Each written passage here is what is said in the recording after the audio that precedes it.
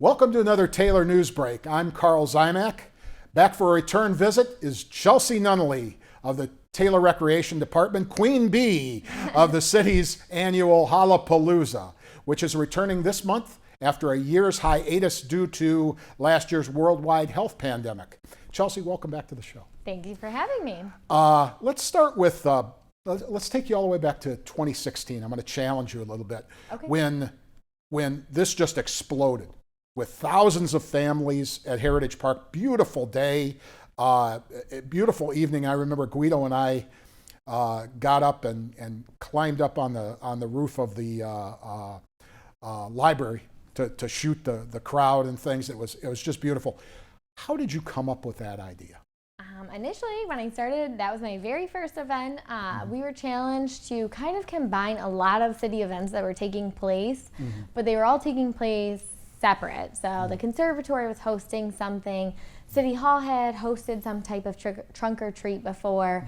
There used to be Safe Halloween. There's so many organizations that want to take part in a Halloween event, but we were challenged to bring it together and create one nice classic event for the city of Taylor, and it really did come together in that way. And Heritage Park is a perfect place for an outdoor event. Yes, like that, right? absolutely. Yeah, exactly. Now, you've been involved with Hallow-Palooza ever since, and the event has changed over the years in terms of what you have added and subtracted to the event itself. Yeah. Can you take us through some of that stuff and your thinking? Yeah, so we always include the trunk or treat, which is normally city departments and local businesses. They want to be out in front of the public, getting a chance to interact in a fun way, give treats to the kids, kind of advertise for their businesses. So that's always the first leg of the event.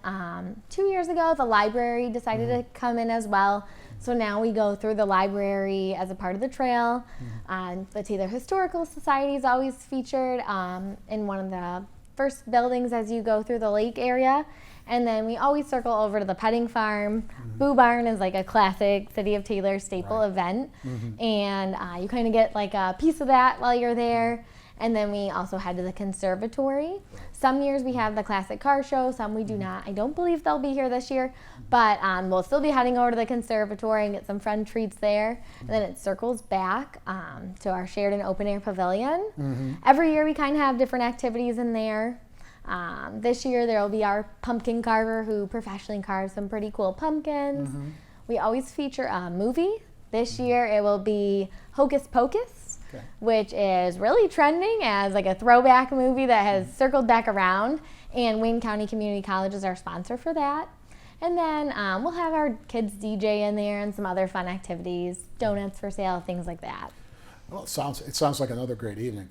Last year was a challenge when we had to change to the haunted Hallow Drive, okay, a COVID-safe drive-through environment. What was your takeaway from that event, and did that give you any ideas to progress in the future? I know things seem to roll from one event to the other, the good things. Yes. Yeah, we did accumulate some extra decorations, fog machines, and things that we're obviously going to bring back out this year. It gave us an idea of what we are capable of.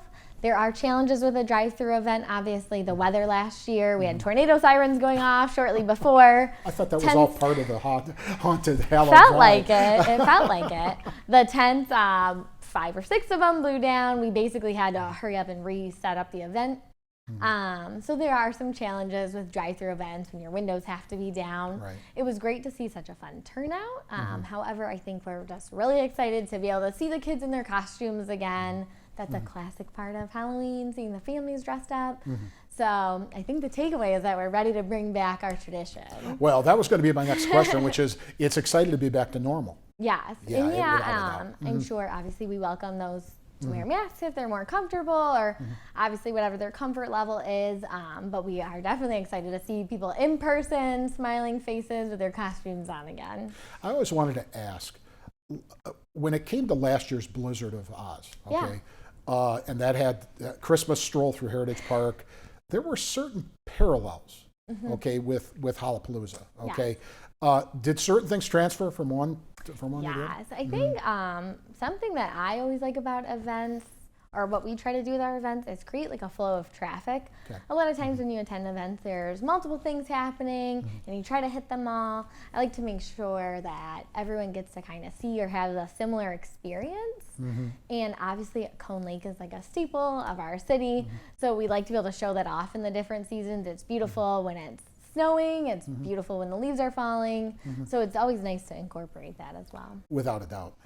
Perfect weather and this event go really hand in hand. Even in the rain, though, we Exactly. always have a wonderful turnout. I agree. What type of staffing levels do you use for Hallow-Palooza? All recreation staffers, volunteers, both? What do you run into? Normally a combination. In years past, we've had dozens of volunteers. A lot of school kids who need service hours for honor society, things like that. This year, we will have some of our rec staff working, some volunteers, just like normal kind of. Okay, all righty. Over the years, have you had a favorite trunk or treat display or character that's participated in this particular event? I'm always impressed by the level of creativity that our businesses bring every year. I did get a trophy this year, so we can award a favorite just to create a little fun competition. That's and some cute. bragging rights. Yeah, that's a cute idea. I'm sure that will just only entice them to be more creative. So I don't know. I really like a lot of them. They do a fantastic job. Mine has always been the Zumba girls because they actually come out and dance, and they're all in their outfits, and and we all know Amy Waggle, and she can be She can throw a spark. party just Yes, out of the girl trunk knows there. how to. Yes, exactly. Yeah. Tell us about this year's monster sponsors. Yes, we are honored to have Load One and Family Rehab Clinic, who is a physical therapist. Yeah, physical in Taylor. therapy. I'm so sorry. So Load One has always been in attendance at the event. They clearly love this event as well. They normally bring out a truck, decorate it. They always bring a theme with them. So they're back as one of our big sponsors. And then obviously, so is Family Rehab Clinic. They are new this year to Hallow-Palooza, so I'm excited to have them out so they can see what they help make possible. Right, which is great, which is fantastic. How can businesses get involved, not just this year with Hallow-Palooza, but with all our events? Yeah, you are always welcome to reach out to me via email or contact us on our social media pages. If they reach out to you, it normally gets filtered to me somehow. We have quite a few that stay regularly involved, and I'm sure it does make a difference when they're so connected to the community. Sure. I know Taylor Smiles has been involved in Hallow-Palooza and almost every event every year, and I think they really see an impact being so closely involved in the community. Now let's get to the meat of the matter. This year's event, end of October naturally. How do the residents get involved and the non-residents? What do they have to do? So we, on our social media and our city website, we released the link yesterday to sign up. Although we're not taking online payment this year, we're just doing that in person. We still require pre-registration. So it is already 50% full in 24 hours. Wow. So I definitely recommend. We plan to accommodate a little over 2,000 families, and we are already halfway there. So if they have not registered, I encourage them to get on this week before it sells out.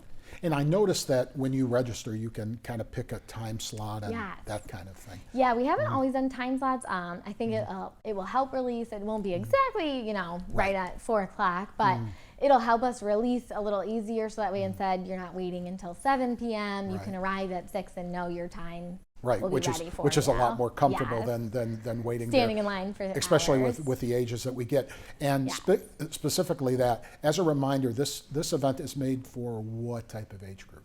I would say elementary and under. Okay. That tends to be the perfect age group for it. We get a lot of middle school and high school volunteers, so they can get a little candy, have some fun, and get their service hours for school. But it's really the elementary school and preschool age children. Yeah, and you get a lot of stroller traffic. Yes, absolutely. Yeah, it's a great event for the whole family. Parking?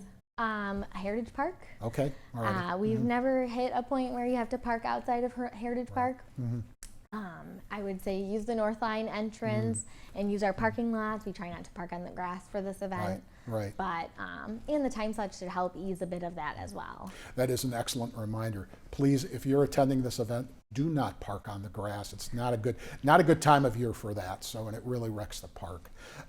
What can people expect to see? You've gone over a little bit of that, but can you pick some highlights that hey, this is really going to be special? If you've never been before, it's almost like you get as much candy as you would in your neighborhood for Halloween, but it's just a beautiful view of our park and some fun characters along the way. Getting to go through the spooky barn is always like a special point for everyone.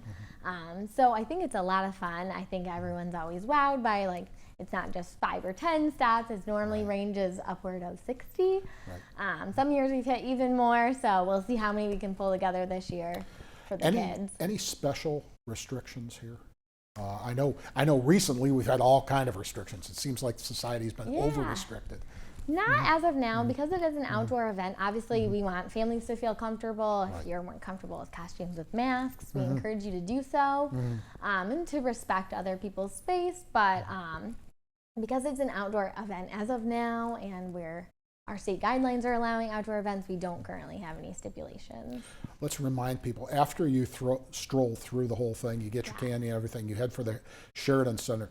The Sheridan activities are going to start in what time frame? And the Sheridan will be open until 9, so we won't have any trick-or-treaters after 7 like that last group goes through. And then the pavilion stays open till 9, so our families can have some pizza, some cider donuts, hang out, have a good time. And Hocus Pocus goes at about 7:30? Yes, said? yep. Yeah. Okay, alrighty. Any other things that you can think of that, now the parking lot in front of the Sheridan Center will be essentially where everybody will be congregating, so that's not a parking facility. Yeah, definitely no parking out in the front of the park. That is pedestrians only. We want everyone to be safe, so we always try to separate the area of pedestrians and traffic. Now, after the Hallow-Palooza, what are you going to start working on? Well, we're probably already working on it, but we are going to do Winterfest again this year. It will be some version of the old and the new. Obviously, our parade has become a staple over the last few years, which that's truly our goal with events, is to bring some tradition. I think for so many years we went without city events. We're really just trying to rebuild tradition here, so we want to bring back our parade. We want to bring back lighting up the park. It's a pretty epic moment to see the Heritage Park lights come on. So we do want to bring that moment back, and then maybe a little stroll later in November or December. Fantastic. Well, Chelsea, this has been a great show. It's always a pleasure seeing you. Hopefully things are getting in order over at the Taylor Recreation Center. Always a place to see you and enjoy working out. We'll have to do this again in the near future. This has been another Taylor Newsbreak. For our guest Chelsea Nunley, along with Joe Camilleri and Samantha Rickert behind the scenes, I'm Carl Zymak. Have a great day. We'll catch you on another take.